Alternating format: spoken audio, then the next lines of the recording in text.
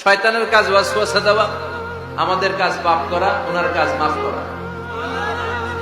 আল্লাহ ডেকে বলে, গোলাম তোরা যদি পাপ না করতি আর বারবার মাফ না চাইতি, তাহলে তোদেরকে ধ্বংস করে দিয়ে জমিনের বুকে এমন একটা জাতি আমি বানাতাম যারা পাপ করতো আর মাফ চাইতো, আর আমি মাফ করতাম। সুবহানাল্লাহ পড়ে। মাফ করতে আল্লাহর বড্ড ভাল লাগে, চোখের পানি দেখতে আল্লাহর বড্ড ভাল লাগে, কায়মনো বাক্যে কেউ দোয়া করছে এই দৃশ্য দেখতে আল্লাহর ভালো লাগে, চিল্লায় বলেন সুবহানাল্লাহ। এজন্য পাপ আমাদের যত বড় হোক, আমাদের জন্য মাফ আছে না নাই? দুইটা সময়ে তাওবা কবুল হয় না। এক নাম্বার হলো বাদাল গারগারা, মালাকুল মাউতকে দেখে ফেলেছেন, রূহ ধরে টান দিবে, তখন তাওবা করলে কবুল হবে।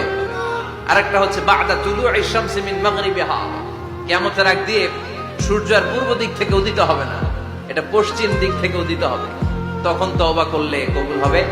তখন তওবার দরজাকে বন্ধ করে দিয়েছে কি?